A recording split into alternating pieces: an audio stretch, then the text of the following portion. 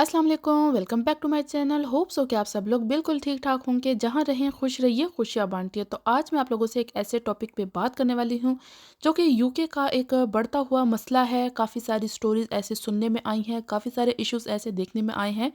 तो मैं भी आज आप लोगों से एक ऐसी स्टोरी शेयर करने वाली हूँ जो कि रीसेंट अभी हुई है, ताकि आप लोग भी इस मसले से अवेयर हो जाएं और अपने साथ किसी भी टेनेंट को, किसी भी किराएदार को रखने से पहले थोड़ा सा सोच समझ के काम लीजिएगा। तो चलते हैं अपनी स्टोरी की तरफ। ये स्टोरी है एक पाकिस्तानी स्टूडेंट की जो कि यूके आती है स्टडी वीज़ा पर, और उसकी ख्वाहिश होती है क्योंकि यहाँ पर आने के बाद मोस्टली स्टूडेंट वीज़ा पर जो आती हैं तो फीमेल्स, पाकिस्तानी फीमेल्स का यही इरादा होता है और यही प्रेफरेंस उनकी होती है कि उनको कोई पाकिस्तानी फैमिली ही मिल जाए जहाँ पर वो रिहाइश कर सकें, जहाँ पर वो रेजिडेंट हो सकें। तो इसका भी इस टेनेंट का भी जो था वो यही इरादा था कि उसको कोई पाकिस्तानी फैमिली मिल जाए। तो क्योंकि वैसे भी यहाँ पर अकोमोडेशन का काफ़ी ज़्यादा इश्यूज आजकल चल रहे हैं, इजीली नहीं मिलती, शेयर रूम के भी अपने ही बहुत सारे मसाइल होते हैं।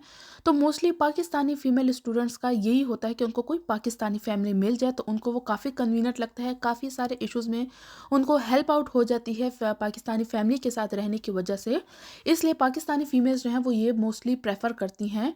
कुछ जो हैं वो किसी और एशियंस के साथ भी एडजस्ट हो जाती हैं, but most of them prefer करती हैं कि हमें पाकिस्तानी फैमिली मिल जाए। तो जिस स्टोरी के बारे में मैं बात कर रही हूँ, जिस टेनेंट के बारे में मैं बात कर रही हूँ, वो भी पाकिस्तान से बिलोंग करती थी और पाकिस्तानी फैमिली मिली जिन्होंने उसको रेंट पर एक रूम दे दिया था, जिसके साथ उसने रहना स्टार्ट कर दिया था। इस फैमिली में जो था वो दो हस्बैंड वाइफ थे और उनके दो बच्चे थे, एक बेटा और एक बेटी।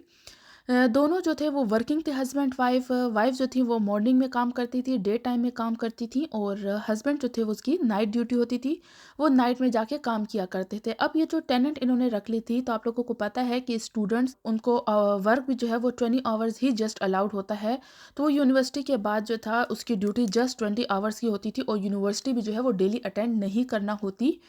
वीक में समटाइम्स 2 डेज और समटाइम्स 3 डेज ही अटेंड करनी होती है।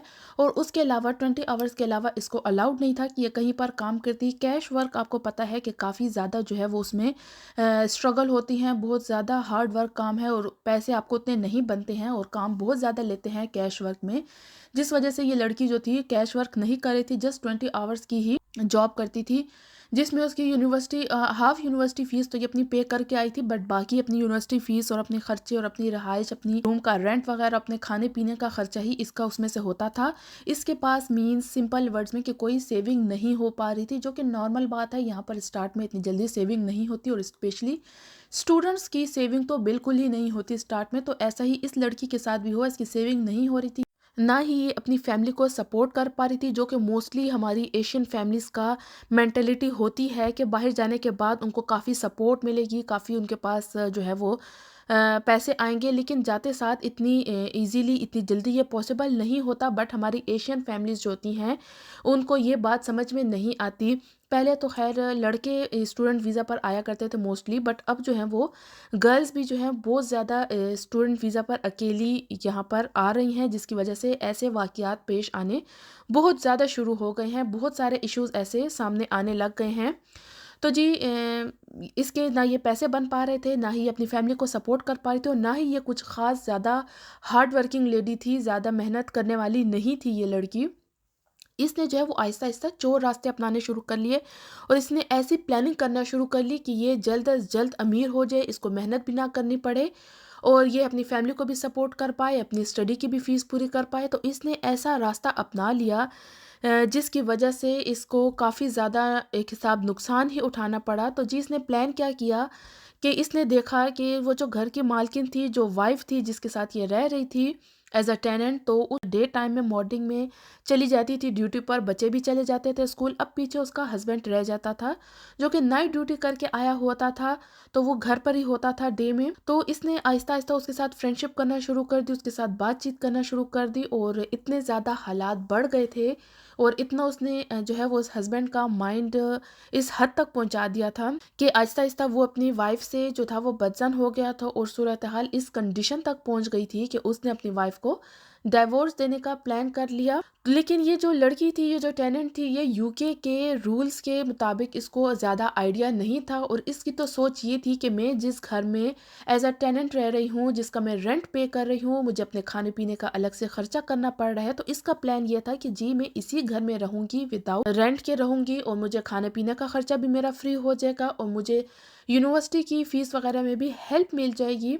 तो जी मैं इस आदमी से जब शादी कर लूँगी तो मेरी ये सारी प्रॉब्लम सॉल्व हो जाएंगी और जो मैं पैसा कमाऊँगी वो मैं पीछे अपनी फैमिली को सपोर्ट कर सकूँगी।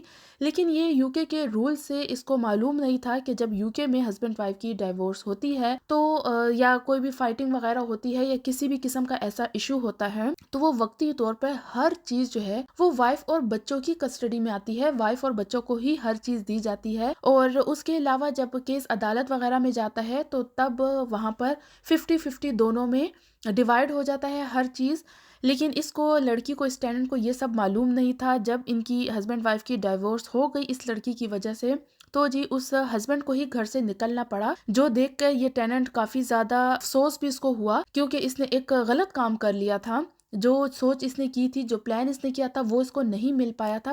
खैर अब इसको जो है वो पहले से ज़्यादा स्ट्रगल करनी पड़ी थी क्योंकि अब उसको अपने हस्बैंड के साथ जो है, फिर उन्होंने शादी कर ली थी और इनको अब अपने हस्बैंड के साथ अलग से एक नए सिरे से घर बनाना था। वो दोबारा से एक रेंट के हाउस में चले गए थे क्योंकि वो जो उनका हाउस था, उस हस्बैंड का जो अपना हाउस था, वो तो उसकी पहली वाइफ के हवाले हो गया, उसमें उसके बच्चे और उसकी वाइफ रह रहे थे। अब इस टेनेंट को, इस लड़की को जो है वो अपने हस्बैंड के साथ दोबारा से घर बनाना था और उसके लिए जो पैसे चाहिए थे।